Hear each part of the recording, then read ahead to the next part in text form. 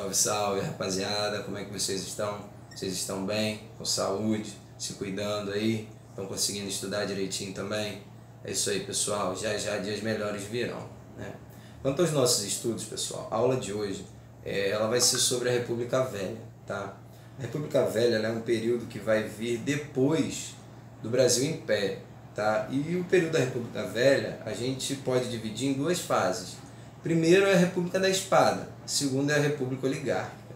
Essa República da Espada é o momento em que os militares estão no poder. Já o momento da República Oligárquica é o momento em que Minas e São Paulo estão se revezando enquanto governo central, tá? Agora, o que vai fazer nós sairmos do Império e chegarmos na República? O que acontece, pessoal? Dom Pedro II ele era sustentado no poder por três pilares.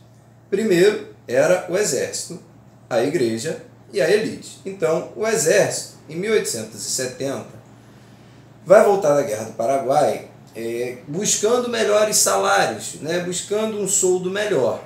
Dom Pedro não dá, né? Não faz essa melhoria, né? E quando esses soldados brasileiros foram lutar lá na Guerra do Paraguai, eles lutaram ao lado de paraguaios, de uruguaios e argentinos, né? Então o Brasil lutou, né, com uruguaios e com argentinos, ambos que já tinham como modelo político uma república. Então vai influenciar diretamente para que o exército, né, aderisse ao movimento republicano. A igreja também em 1870 vai se ligar que Dom Pedro II tinha relações com a maçonaria, então também vai deixar de apoiar Dom Pedro. Então só sobrou a elite. A elite está apoiando Dom Pedro porque Dom Pedro mantém a escravidão.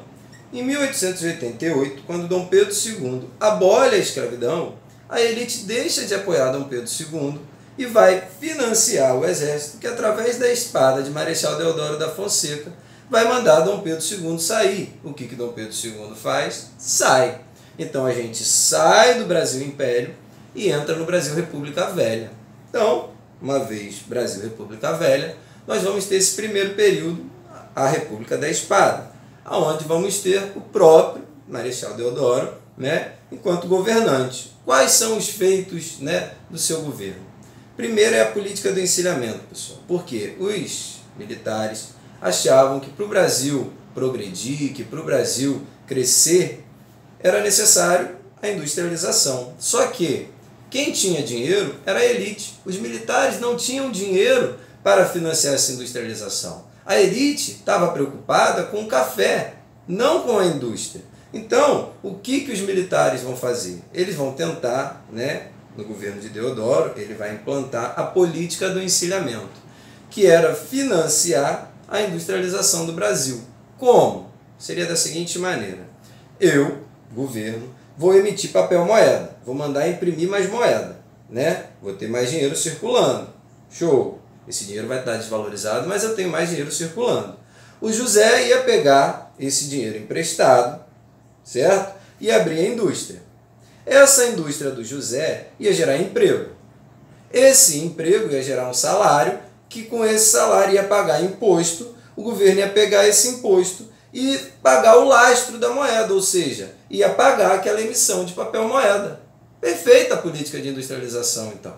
Só que o que acontece? O José ia lá, pegava esse dinheiro emprestado, botava no bolso e não abria indústria nenhuma. Falava que era uma indústria, mas não tinha, era uma empresa fantasma. Então não houve o lastro do dinheiro, né? Se imprimia a moeda, mas não tinha como pagar, lastrear essa moeda que era impressa. Então isso vai gerar uma inflação. Então essa política do encilhamento ela não deu certo, pessoal. Ela fracassou, porque em vez de abrir as indústrias, as pessoas abriam empresas fantasmas. E a bagunça foi tanta que mais parecia o Jockey Club. Daí política do encilhamento. O que é encilhar? É colocar sela no cavalo. Então foi uma alusão ao Jockey Club. Mas a política do encilhamento visava a industrialização. Porém, não houve o lastro, o que gerou uma inflação altíssima no Brasil.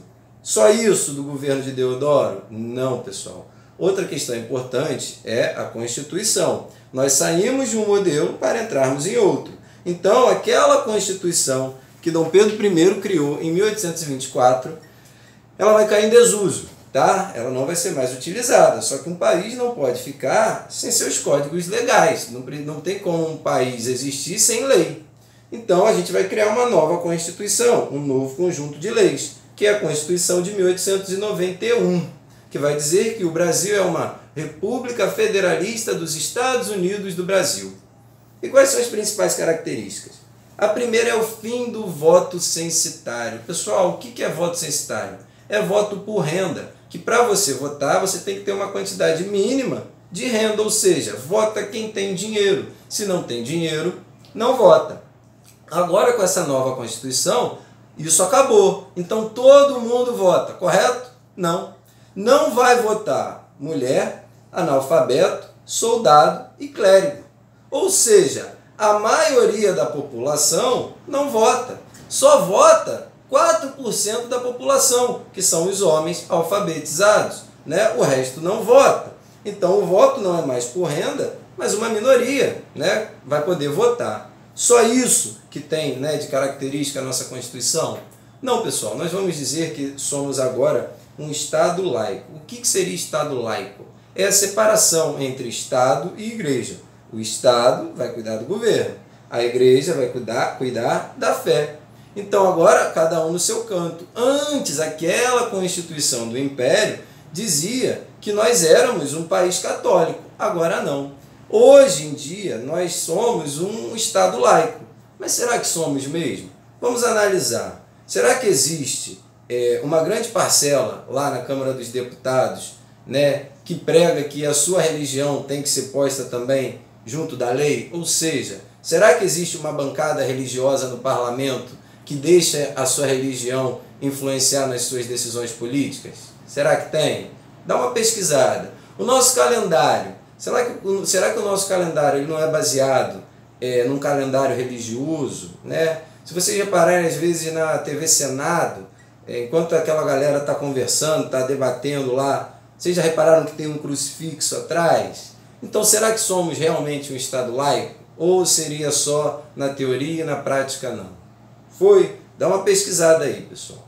Outra questão é o voto aberto, que é diferente do que a gente tem hoje. Hoje nós vamos numa cabinezinha fechadinha, vamos lá, pum, votamos, ninguém sabe. Antigamente não. Você tinha que pegar e falar, estou votando em fulano de tal, e colocar na urna.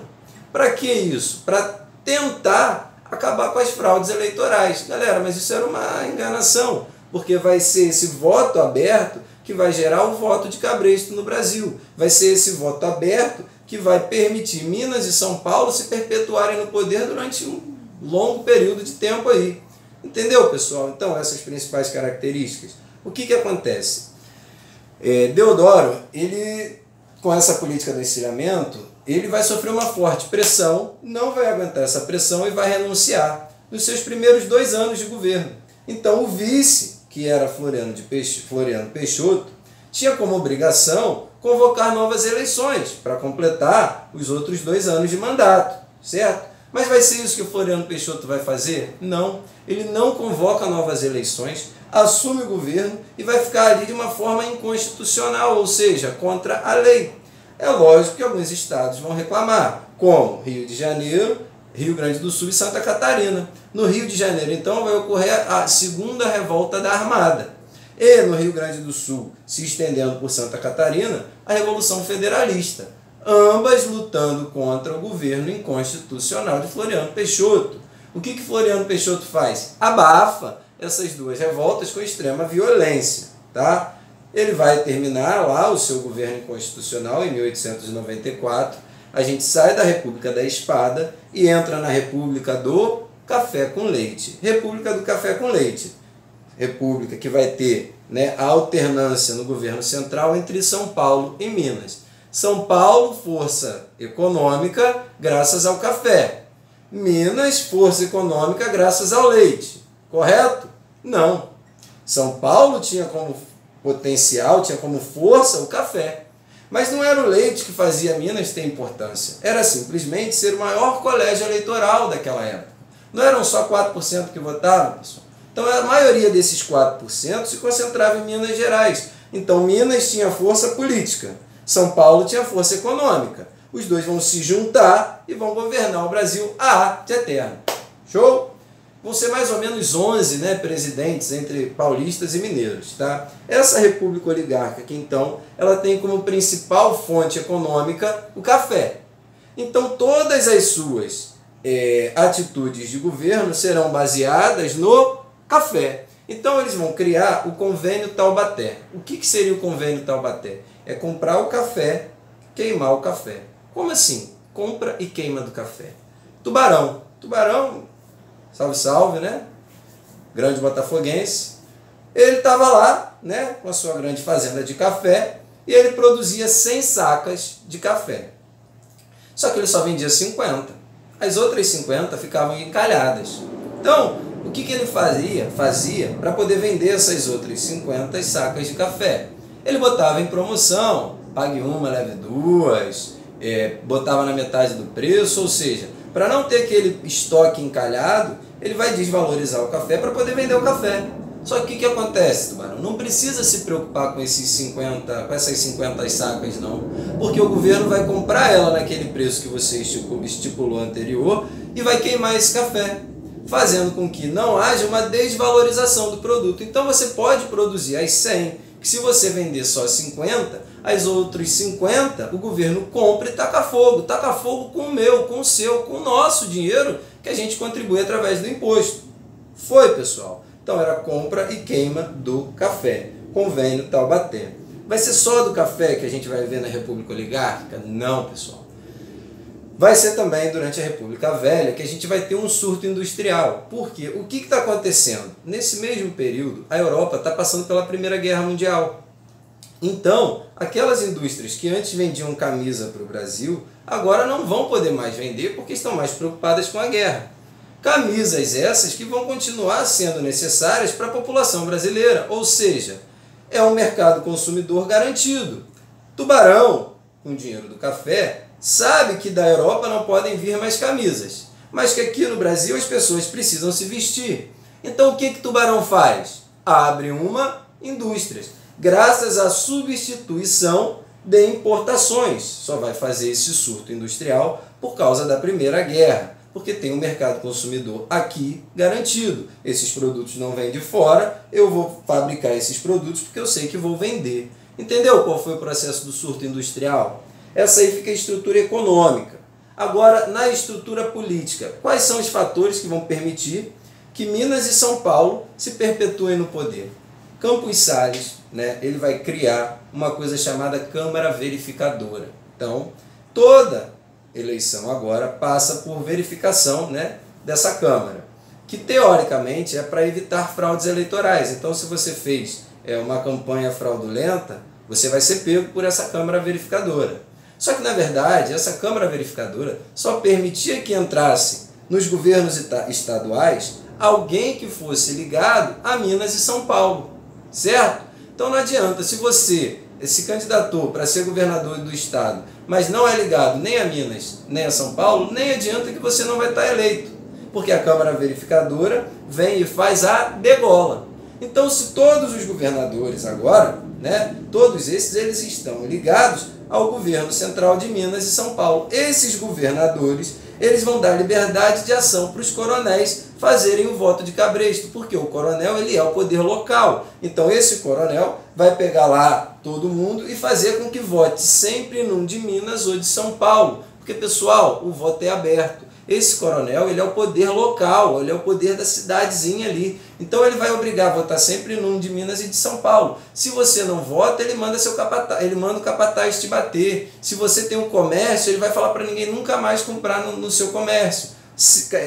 Sempre, então, você vai ser um curral eleitoral desse coronel. Esse coronel é o poder local. Ele vai sempre impor o voto de cabresto. Então, ele vai sempre mandar você votar ou num de Minas ou de São Paulo. Entende como vai ter esse revezamento? Essa é a política dos governadores, tá? Vai ser essa estrutura que vai possibilitar Minas e São Paulo se revezarem no poder.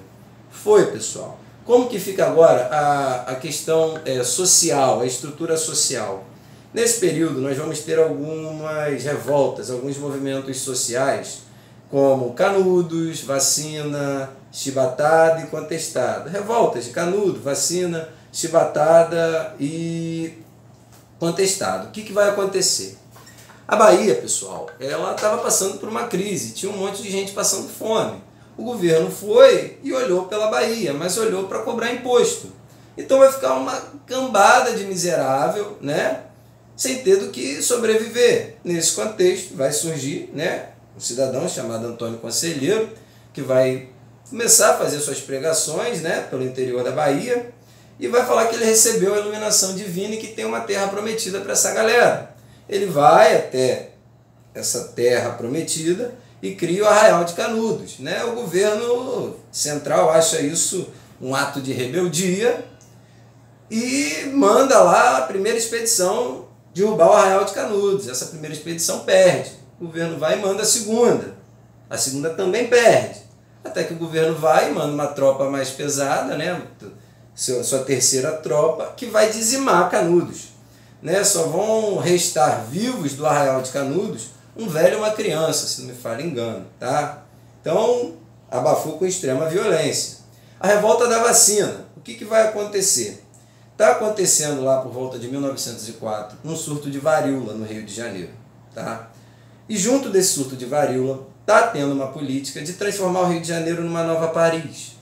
Então, as casas do centro do Rio de Janeiro, que eram muito pobrezinhas, aqueles casebres, eles vão ter a política do bota abaixo, vão pegar aqueles casebres e derrubar. Então as pessoas que moravam ali vão ficar sem teto, né? Junto disso está tendo esse surto de varíola. E Oswaldo Cruz vai criar uma vacina contra essa varíola, tá?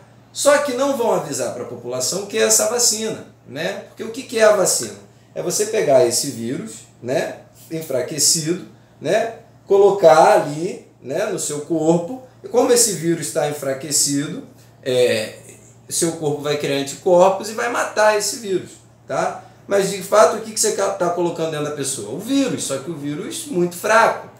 Só que não avisaram isso à população. Então a população pensou o seguinte: bom, primeiro eles colocaram minha casa abaixo, agora eles estão colocando o vírus em mim para eu morrer, né? Então vai ter uma revolta contra essa obrigatoriedade da vacinação.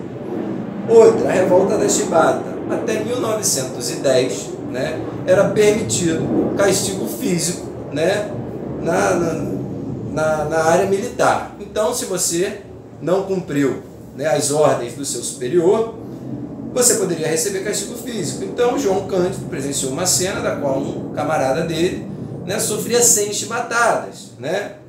Esse cara desmaiou, voltou. Então João Cândido fez um movimento lá, fez uma revolta contra o fim, né, dessa punição física, né, na área militar. A galera chama ele para conversar e sacaneia ele, né? Quando ele chega para conversar, prende o cara, deixa o cara lá isolado. Revolta da chibata. Outra é a questão do contestado, a revolta do contestado, né? O que vai acontecer? Estavam querendo construir uma ferrovia que ligasse Rio Grande do Sul, né, a Paraná. Então, uma ferrovia do Sul, né, do Rio Grande do Sul até Paraná. Em troca da empresa construir essa ferrovia, ela ia ganhar como direito de exploração 11 quilômetros, né, para cada lado, né, as margens dessa ferrovia. Então, quem morasse ali, que se lascasse, né? Então agora, aquela galera que morava ali também estava desabrigada. Nesse contexto de um monte de gente ali miserável, vai surgir o monge Zé Maria, que vai falar uma coisa parecida, né, com Antônio Conselheiro. Zé Maria vai falar que tem uma terra prometida, todo mundo começa a seguir esse cara, ele vai para uma região entre Paraná e Santa Catarina. Quando ele chega nessa região, os estados não aceitam, né, não aceitam essa galera morando ali. Vão se juntar e vão dar um monte de burdoada, vão usar inclusive aviões, né, para destruir essa cambada de miserável, né? Então, na estrutura social, todos os movimentos sociais da época foram tratados como caso de polícia, né? Então, fez revolta buscando melhores condições de vida, pancada, né? Então, não recebe, faz greve, pancada. Entende como que funcionava? Outra, para finalizar, é a questão da Semana da Arte Moderna, que também vai ser no período da República Oligárquica, e era um movimento que buscava uma arte genuinamente brasileira, com um movimento antropofágico, né? Tarsila do Amaral, Oswaldo de Andrade e Mário de Andrade. Rapaziada, Espero que vocês tenham compreendido, espero que esteja tudo bem com vocês. Qualquer dúvida que vocês tenham pode chamar. Tamo junto, grande beijo, grande abraço, valeu!